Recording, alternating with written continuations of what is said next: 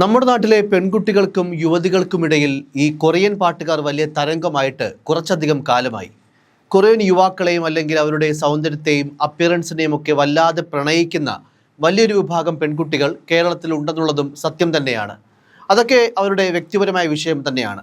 പക്ഷേ ഇത്തരം ഇഷ്ടങ്ങൾ വല്ലാത്തൊരു ഒബ്സഷനായി മാറുകയാണോ, അല്ലെങ്കിൽ ഒരു കൊറിയൻ സുഹൃത്ത് മരിച്ചതറിഞ്ഞാൽ കേരളത്തിലെ ഒരു പെൺകുട്ടി ആത്മഹത്യ ചെയ്യുമോ എന്നൊക്കെ നമ്മൾ തന്നെ പരസ്പരം ചോദിച്ചു പോയൊരു സംഭവമായിരുന്നു ചോറ്റാനിക്കരയിലെ +1 വിദ്യാർത്ഥിനി ആദിത്യ ജീവനൊടുക്കിയ സംഭവം.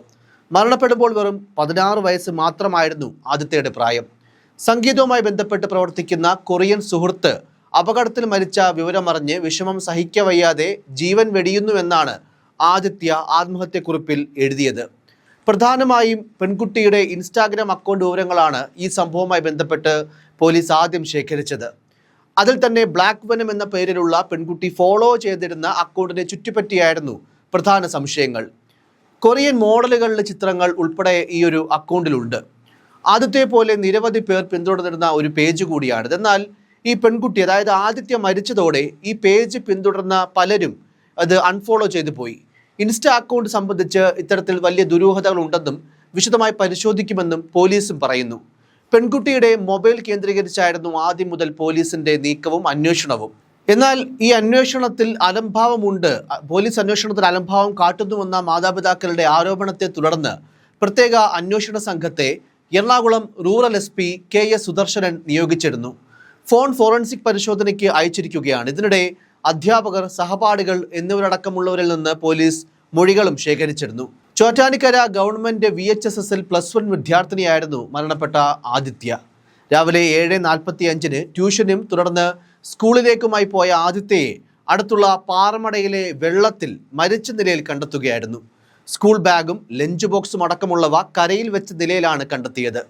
തുടർന്ന് ഇവ പരിശോധിച്ചപ്പോഴാണ് 4 പേജുകളുള്ള ആത്മഹത്യാക്കുറിപ്പ് പോലീസ് കണ്ടെത്തിയത്. ഇതിലാണ് തൻ്റെ സുഹൃത്തായ കൊറിയൻ വംശജൻ ഈ മാസം 19-ന് അപകടത്തിൽ മരിച്ചെന്നും ഈ വിഷമം സഹിക്കാൻ കഴിയുന്നില്ലെന്നും എഴുതിയിരിക്കുന്നത്. മുങ്ങിമരണമെന്നാണ് പോസ്റ്റ്മോർട്ടം റിപ്പോർട്ട് പറയുന്നത്. കിണർ പണിക്കാരനായ മഹേഷിൻ്റെയും ഭാര്യ ദിവ്യയുടെയും ഏക മകളാണ് ആദിത്യ. അടുത്ത കാലത്തായി സമൂഹ മാധ്യമങ്ങളിൽ വരുന്ന കൊറിയൻ സംഗീതവും സിനിമയുമെല്ലാം വളരെയേറെ സമയം ആദിത്യ ചെലവഴിച്ചിട്ടുള്ളതായി വിവരമുണ്ട്. കുട്ടിയുടെ ബന്ധുക്കളും ഇക്കാര്യങ്ങൾ സ്ഥിരീകരിക്കുന്നുണ്ട്.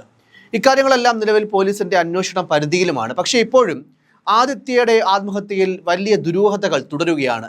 അതായത് ഈ പെൺകുട്ടിക്ക് ഒരു കൊറിയൻ ബന്ധമുള്ളതായി പറയപ്പെടുന്നുണ്ടല്ലോ. ആ പെൺകുട്ടി ഇത്തരത്തിലൊരു കൊറിയൻ ബന്ധത്തിലുള്ള കാര്യം ഒരു രീതിയിലും സ്ഥിരീകരിക്കാൻ കഴിയാത്ത ഒരവസ്ഥയിലാണ് പോലീസ് ഇപ്പോഴും ഉള്ളത്. കാരണം പെൺകുട്ടിക്ക് കൊറിയൻ സുഹൃത്തുണ്ട് എന്നതിന് ഇതുവരെയും തെളിവൊന്നും ലഭിച്ചിട്ടില്ല എന്നുള്ളതാണ് ഇതിന് പ്രധാനപ്പെട്ട ഒരു അടിസ്ഥാനം.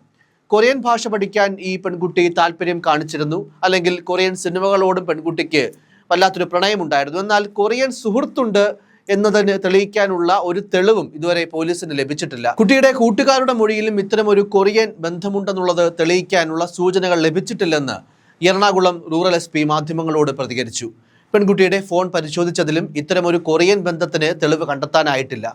ആദിത്യയുടെ ഫോണിലെ ഡിലീറ്റ് ചെയ്ത ഫയലുകൾ കണ്ടെത്താൻ ശ്രമം തുടങ്ങിയതായും പോലീസ് അറിയിക്കുന്നുണ്ട്. പുതിയ മോഡൽ ഫോൺ ആയതുകൊണ്ട് ഇത് തുറക്കുവാൻ അല്പം വെല്ലുവിളികളൊക്കെ ഉണ്ടെന്നും പോലീസ് പറയുന്നുണ്ട്.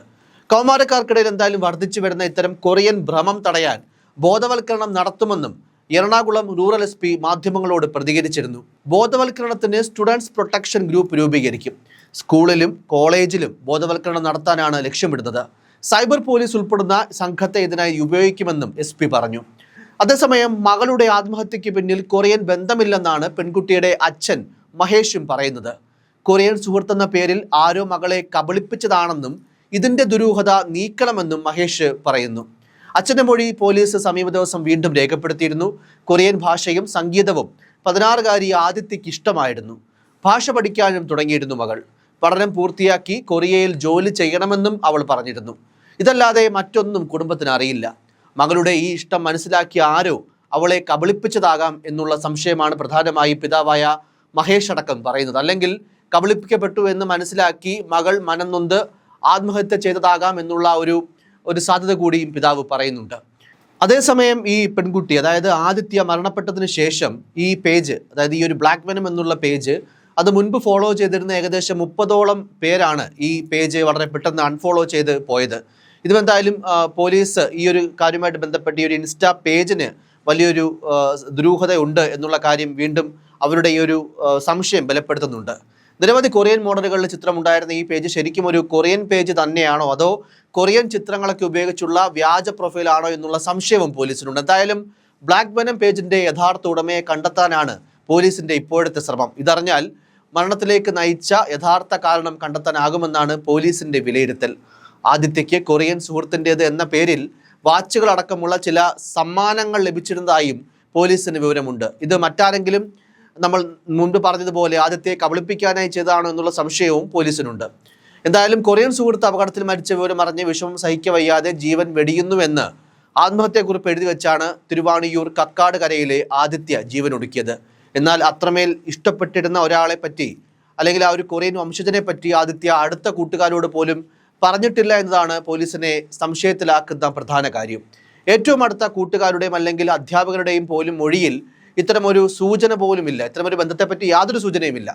ചോറ്റാനിക്കര ഗവൺമെന്റ് VHSSൽ +1 വിദ്യാർത്ഥിനിയായിരുന്ന പെൺകുട്ടിയെ അടുത്തുള്ള പാറമടയിൽ വെള്ളത്തിൽ മരിച്ച നിലയിലാണ് കണ്ടെത്തിയത്. സ്കൂൾ ബാഗും അതുപോലെ തന്നെ ലഞ്ച് ബോക്സും അടക്കമുള്ളവ കരയിൽ വെച്ചിരിക്കുകയായിരുന്നു. ഇത് പരിശോധിച്ചപ്പോഴാണ് പിന്നീട് 4 പേജുള്ള ഒരു ആത്മഹത്യക്കുറിപ്പ് പോലീസ് കണ്ടെത്തിയത്. എന്തായാലും ഈ ഒരു വലിയ മാധ്യമ ശ്രദ്ധ കിട്ടിയ വാർത്ത എന്ന നിലയിലും ഒരു സോഷ്യൽ അവയർനെസ് കിട്ടേണ്ട വിഷയമെന്ന നിലയിലും സർക്കാരും പോലീസും വളരെ ശ്രദ്ധയോടുകൂടിയാണ് ഈ ഒരു കേസ് കൈകാര്യം ചെയ്യുന്നത്.